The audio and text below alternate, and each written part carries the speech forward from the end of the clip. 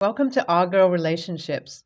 We talk about the problems people face in their day to day lives. Let's start with the video. I received a call from my mother in law yesterday and she told me she needed my help. When I asked her what's troubling her, she told me that she wants to surprise father in law on his 50th birthday and has planned everything in advance. She said that most of the things like finding a good restaurant and taking care of the bookings were done, but there was a minor problem. As we all know, that father-in-law is an absolute diehard fan of Johnny Cash, and my mother-in-law wanted to give him an original vinyl album of the singer as his birthday gift. When I asked her what's troubling her, she told me that she wants to surprise father-in-law on his 50th birthday and has planned everything in advance. She said that most of the things like finding a good restaurant and taking care of the bookings were done, but there was a major problem. As we all know, that father-in-law is an absolute diehard fan of Johnny Cash, and my mother-in-law wanted to give him an original vinyl album of the singer as his birthday gift. Unfortunately, the person who was selling the record is refusing to mail it and is asking to do the trade in person. My mother in law said that an in person trade is something that she'd prefer too, but she can't drive for about an hour because of her back injury, and asked me if I can help her out. Of course, I told her I'd help her out. So on Sunday, I went down to the address my mother in law gave me, and I was in a really good mood that day. I'm a sucker of hopeless romantics, and the idea of mother-in-law planning such a sweet surprise was nothing short of perfection.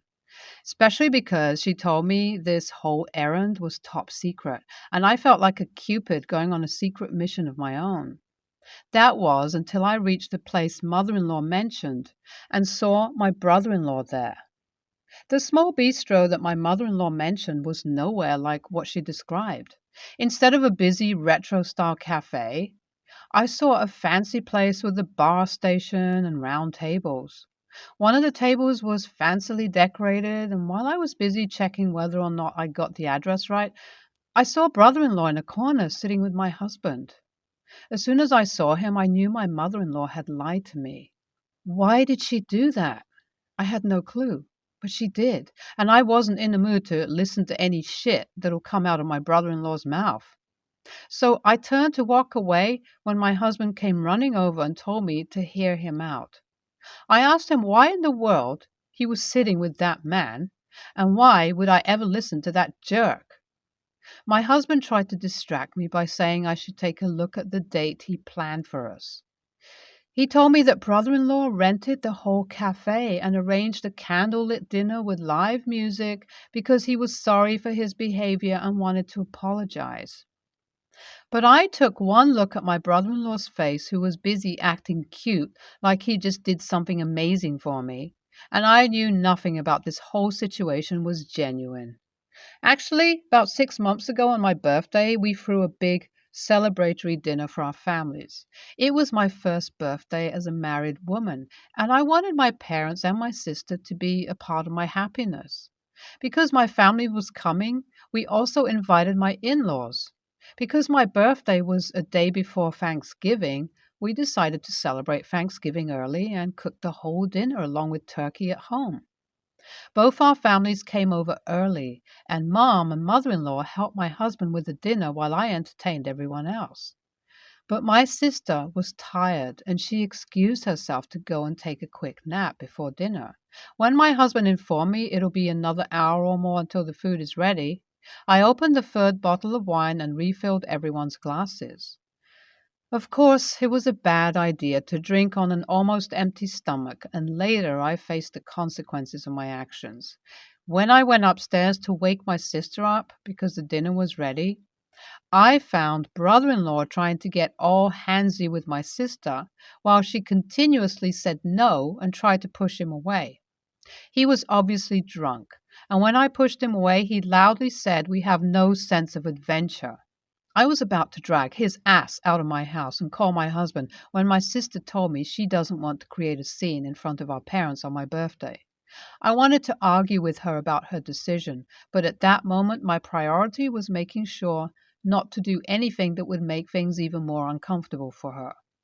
So I let brother in law go downstairs and even have dinner with us that day.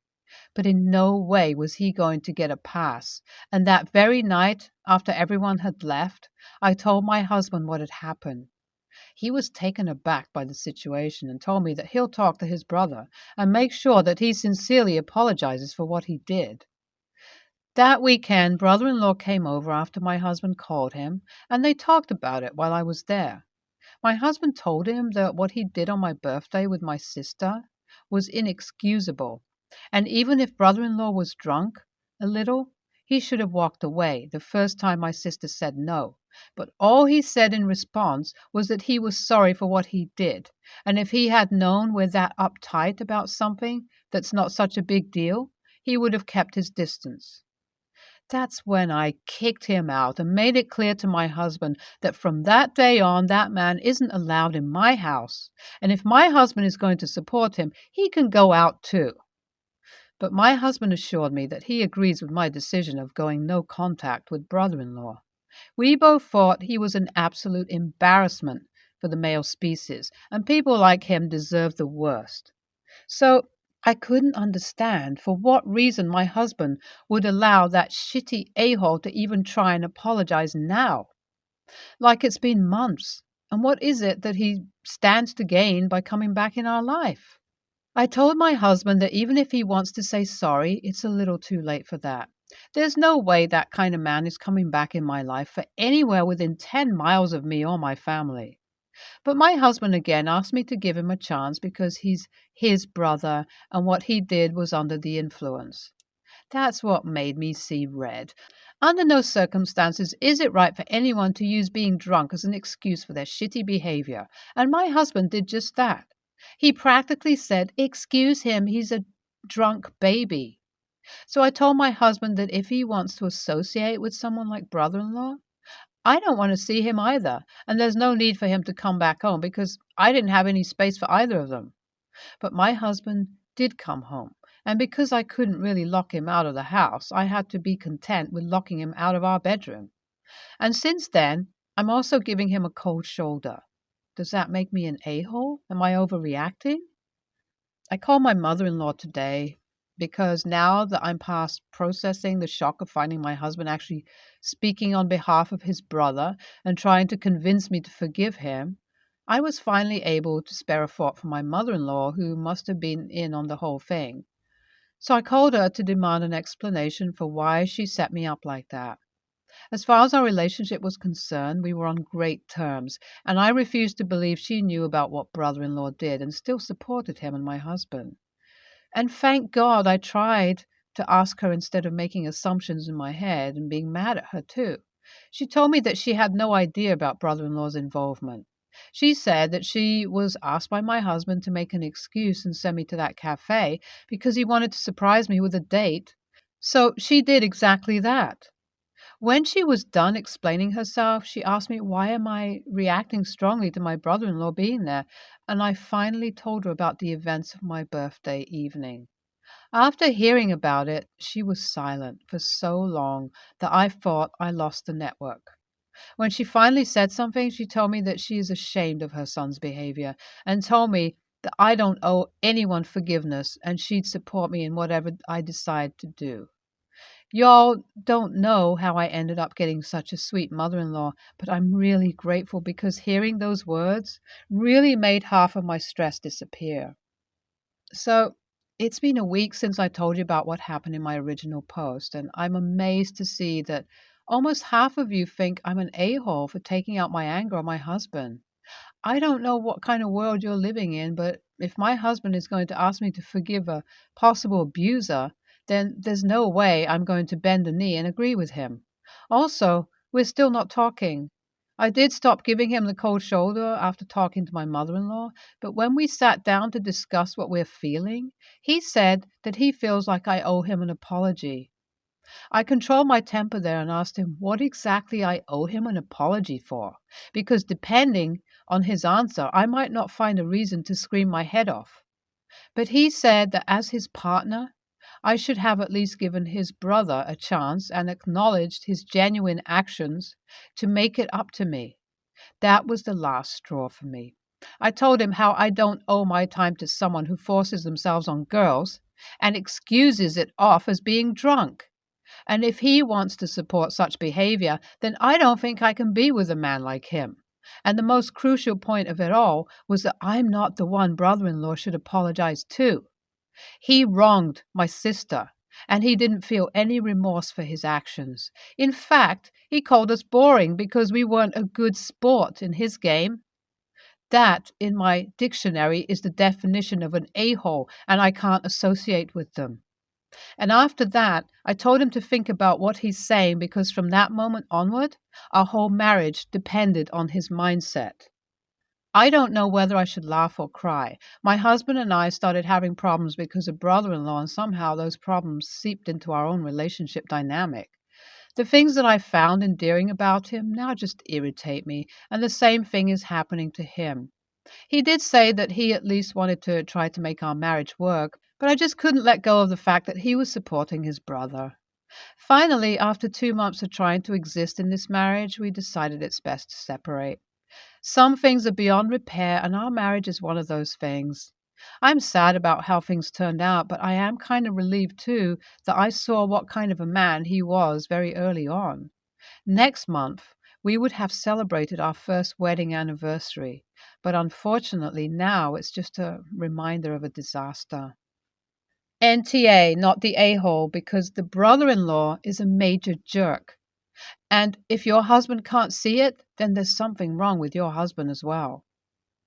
YTA, the brother-in-law is definitely an a-hole and deserves to serve time for what he did, but you are punishing your husband for something that's not his fault, and that makes you an a-hole. My son, mid-30s, is moving in for the second time with his previous girlfriend. They had a baby together previously who is now a preschooler. She also has a teenage son and a toddler, became pregnant while they lived together, by another man. We lived in a house I paid for. She screwed me on the rent expenses every month. Stuck me with babysitting both my grandson and her son, sometimes for days while she was running around. Didn't cook, clean, do laundry, or pay much attention to the children. I stuck it out till the lease was up, and then bought a home for myself. Son moved also, as this was the time her new pregnancy was revealed. Her son was treated as much like family as possible. Flew him to our other home for vacations, Christmas and birthday celebrations, school clothes, activities, etc. He or his mother showed no gratitude for any of this. His behavior to us and our other grandchildren was uncomfortable. Lots of teasing, bullying to our grandkids. We made excuses that he needed help because his mom was such a bad parent. To be honest, we were all quite relieved by their breakup because we disliked the girlfriend and were tired of trying to make it work with her son. Forward 2 years later, and I find that our son and her are moving in together again. We told our son that we don't want back on that merry-go-round again and only want contact with our grandson. Our son tried to drop her son off last weekend with his son, and I advised him that was not acceptable. Son says they are a package deal, and I need to take her son back as a family member. AITA? NTA, but it sort of sounds like everyone else is. You're not even responsible to look after your own grandson. That's the job of the parents. It doesn't seem like they appreciate the help they are getting and are intent on taking advantage of your unconditional love and support. Help out with whatever you are comfortable with, but don't feel bad that you can't help out more with your son's girlfriend and her own kids. You're not responsible for someone else's poor decisions, and you can't be mom and grandma to every poor soul out there. NTA for establishing boundaries. But IMHO, you are not putting too much blame on the girlfriend and not enough on your son. You were generous to the girlfriend and her children, but why the heck wasn't your son paying her expenses while they were living together in your house? If your son loves this woman and the children in spite of all she's done, you might want to find a way to tolerate and be kind. Doesn't mean you have to babysit or fly them all over or fund the lifestyle of any of them, including your son. There's a similar situation in my family, and it sucks. NTA, he's right. He can insist on a package deal. Question to you. Would you rather not see any of them or see all of them? At least that's the choice he's giving you. My perspective? He will not be able to stick to that requirement. He will need childcare for your grandson, probably a lot. I have doubts the relationship will last this time unless they fix the problem from last time. Also, what if you'd been attached to her children and then she stripped them away? Now she wants to bring them back like nothing happened? I, 27, male, have a son, Riley, 5, male, with my soon to be ex wife, Maria, 29. Maria and I are getting a divorce for a few reasons. One reason being that she cheated on me twice. Second being that she was abusive and neglectful to Riley while I was at work. The first time I caught her cheating, I forgave her for the sake of our son. The second time is when I found out about the abuse, so I decided to divorce her and sue for full custody. However, there's a pretty massive chance Riley isn't mine biologically.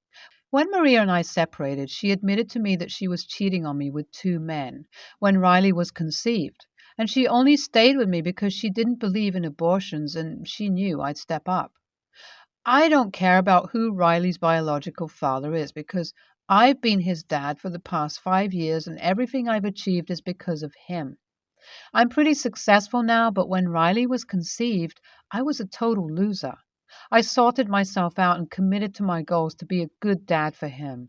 So there's no way in hell I'm giving him up. However, I've been told to get a paternity test just to be sure, and so I can obtain an accurate medical history for him. So that's what I'm doing. We've sent the test off and now we're waiting. Naturally, I've been extremely anxious about the results.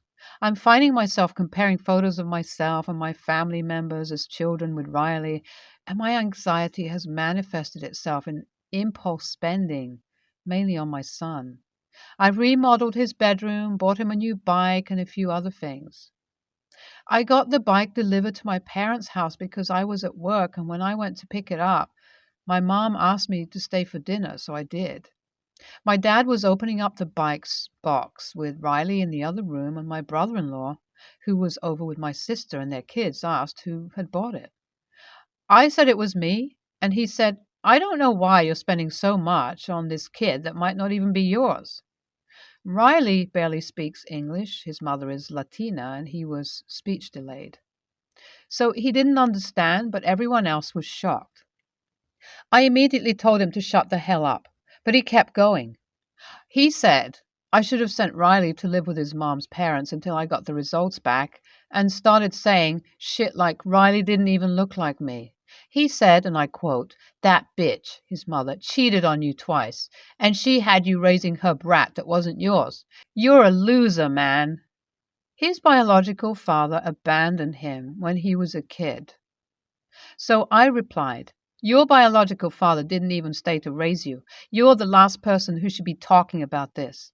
That triggered a massive argument, and brother-in-law and my sister ended up leaving.